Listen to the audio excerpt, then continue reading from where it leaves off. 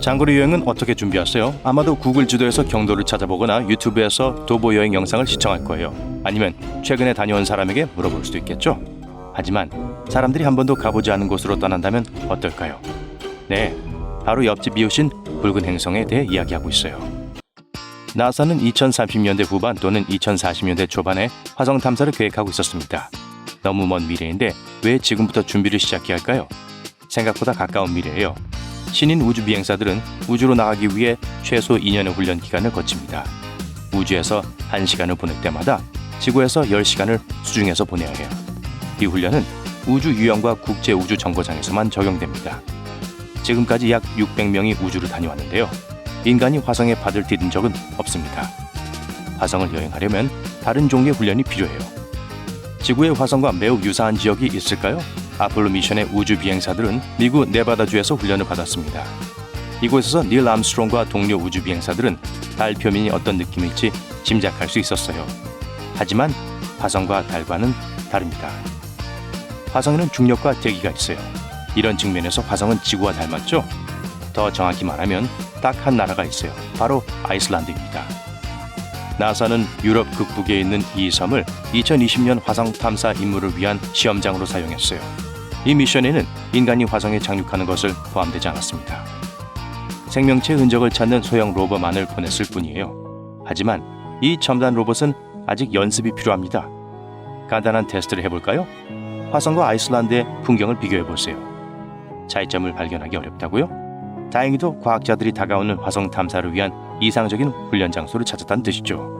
완전히 황량하고 생명체가 없는 지역. 이번 미션에 참여한 한 연구원이 아이슬란드를 이렇게 설명했습니다. 그리고 이 설명은 미래의 우주 비행사가 화성에서 마주하게 될 조건과 완벽하게 일치해요. 그렇다면 아이슬란드의 특별한 점은 무엇일까요? 화산 폭발로 만들어진 계곡이 있습니다. 이 섬은 지질학적으로 아직 젊어요. 간단히 말해 아직 형성 중이란 뜻이죠.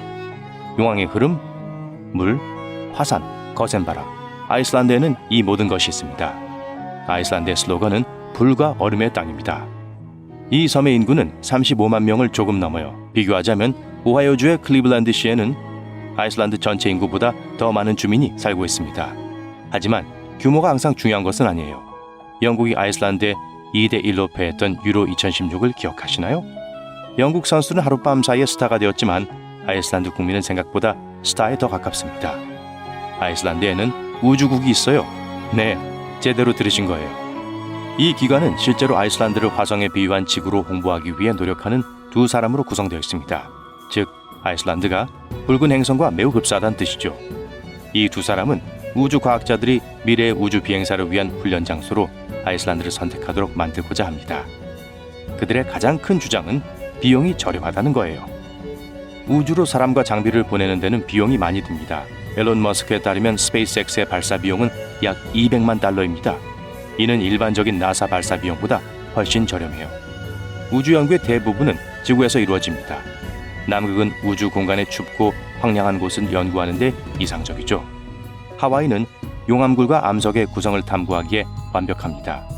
이 두 지역을 동시에 방문하는 데 따르는 물류 문제를 상상해 보세요. 아이슬란드가 바로 여기에 해당돼요.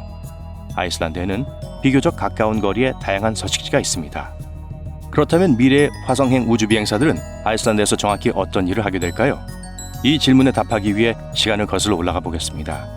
반세기 전에 나사의 우주 비행사들이 방문한 곳은 네바다주만이 아니었습니다. 그들은 아이슬란드에서도 달 표면을 걷기 위해 준비했어요. 그들의 주요 목표는 암석 샘플을 수집하는 거였습니다. 암석 샘플은 주로 화산과 용암지대 근처에서 찾을 수 있는데 아이슬란드에는 화산과 용암지대가 많이 있어요. 현지 지형의 약 60%가 바위와 험준한 지형입니다. 이 때문에 켄터키 크기의 섬은 마치 다른 행성처럼 느껴지죠. 여기에 아이슬란드의 80%가 무인도라는 사실까지 더해지면 우주 비행사들에게 완벽한 놀이터가 됩니다. 화성과 비슷한 점이 또 하나 있습니다. 여름에는 아이슬란드에서 해가 지지 않는 것처럼 보일 수도 있어요. 현지인들은 새벽 3시에 쇼핑을 나갑니다. 예를 들어 6월에는 밤이 2시간밖에 되지 않아요. 완벽한 야외 파티 장소처럼 들리나요? 글쎄요, 그렇지 않아요. 5도라는 추운 온도에서 파티를 하고 싶은 사람이 있을까요? 그게 6월의 평균 기온이에요. 미래의 우주 비행사들은 아이슬란드에서 몇 주 동안 이 낯선 환경에 적응하기 위해 노력했습니다.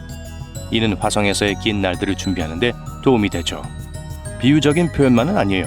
붉은 행성의 낮이 지구의 낮보다 40분 더 길거든요. 다른 행성의 하루 길이를 고려하면 그리 길지 않은 시간입니다. 목성에서는 하루가 10시간도 채 안 되어 끝나지만 금성에서는 하루가 지구의 243일과 같아요. 하지만 다른 행성들은 먼저 화성에 착륙한 다음에 생각하기로 할까요? 머릿속으로 계산 좀 해보셨나요? 화성의 하루가 지구보다 40분 더 길다면 화성의 1년은 얼마나 길까요? 여러분 계산이 정확하지 않다고 장담해요. 화성이 지구보다 태양에서 더 멀리 떨어져 있다는 중요한 세부 사항을 고려하지 않았기 때문이죠. 즉, 화성에서의 1년은 687일로 지구에서의 1년보다 거의 2배나 길다는 뜻이에요. 안타깝네요. 미래의 우주비행사 여러분, 생일 케이크는 2년에 한 번만 받을 수 있습니다. 말 그대로 붉은 행성에는 또 다른 마이너스가 있습니다. 이 행성의 평균 기온은 영하 60도예요. 아이슬란드의 기후가 열대지방처럼 느껴지죠? 이러한 극한의 기상 조건에도 불구하고 과학자들은 화성에 한때 물이 흐르고 있었다고 믿습니다. 그리고 물이 있는 곳에는 생명체가 존재해요. 그래서 나사 과학자들은 한때 호수였던 것으로 추정되는 분화구 한가운데 작은 로버를 내려놓았습니다. 이곳이 생명체의 증거를 발견할 가능성이 가장 큰 곳이에요. 화성에 생명체가 있다면 어떨까요? 공상과학 소설이 아닌 것 같네요. 화성에는 지구와 같은 극지방이 있고 그게 전부가 아닙니다. 과학자들은 화성에서 눈이 내리는 것도 감지했다고 해요. 화성의 대기는 지구보다 100배나 더 얇습니다. 신선한 공기는 아니지만 다른 행성처럼 극도로 열악한 환경도 아니죠. 금성에서는 산성비가 내리고 납이 녹을 정도로 온도가 높습니다. 그리고 목성에는 수세기 동안 거대한 폭풍이 몰아치고요. 우리의 푸른 행성과 다시 한번 사랑에 빠지게 됩니다. 이쯤 되면 아이슬란드도 재밌을 것 같네요. 아이슬란드어를 배우고 싶을 수도 있죠. 성공한다면 바이킹의 언어인 고대 노르웨이어도 읽을 수 있을 거예요. 그리고 바람과 관련된 단어도 100개는 외우실 수 있을 거예요. 아이슬란드의 풍속이 시속 64km에 달할 수 있기 때문에 유용하게 사용할 수 있습니다. 야외에서는 울타리나 이정표를 붙잡고 있어야만 발을 디딜 수 있어요. 기후 때문에 아이슬란드로 이사하기 전에 다시 한번 생각하게 될 거예요. 하지만 다른 세계를 준비하는 우주 비행사에게는 완벽한 곳입니다. 아이슬란드는 지하도 마찬가지로 인상적인 곳이어서 사실 이 섬은 화성에서 인류가 생명을 유지할 수 있는 열쇠를 쥐고 있을지도 모릅니다. 이 행성의 표면은 그다지 친절하지 않아요. 토양은 유독하고 거칠기까지 합니다. 우주 비행사의 우주복을 쉽게 뚫을 수 있죠. 하지만 땅속의 생활 환경은 더 견딜만합니다. 그리고 아이슬란드에는 이 잠재적인 지하 거주지의 실제 모델이 있어요. 바로 용암 동굴이에요. 용암이 지표면으로 흘러내리면서 생긴 긴 터널입니다. 이 미로 같은 통로는 완벽한 인간 서식지이며 비용 효율적입니다. 자연이 이미 우리를 위해 만들어 놓은 거예요.